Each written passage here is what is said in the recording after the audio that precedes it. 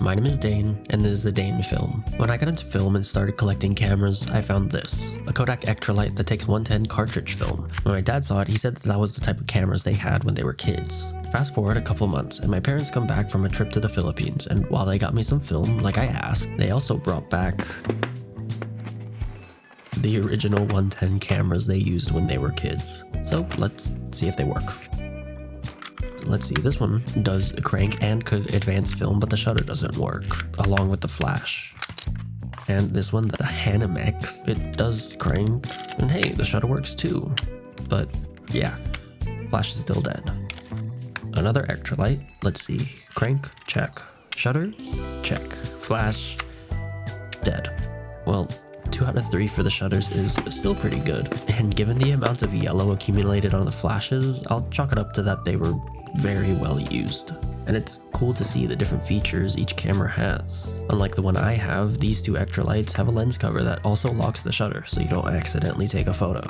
Honestly, a feature that needs to exist on every film camera. The Hanimex even has a second lens option, so you could switch from a normal 24mm to 43mm. Also, the Electrolites my parents brought back from the Philippines were made in the USA. But the one I found here in California at my local camera shop was made in Mexico. I don't know, I just thought that was interesting. It's Electrolite, the new Kodak Electrolite 10 camera with built-in flash.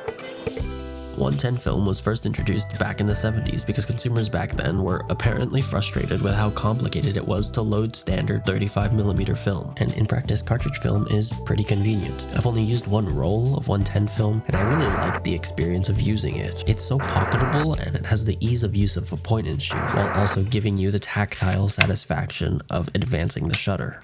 The only problem was the film I used. A couple months back, I bought a roll of expired gold 400, and needless to say, it was completely cooked. A rule of thumb for expired film is to overexpose it one stop for every decade the film was expired for, but these 110 cameras in particular only have one setting, and the only way to overexpose them would be to use the flash and hope for the best. Most of these are hardly legible, let alone usable, but to be honest, I'm happy I got images at all.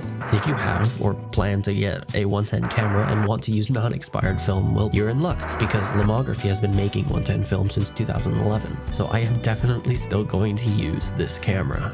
But for these, I think I'll let them rest.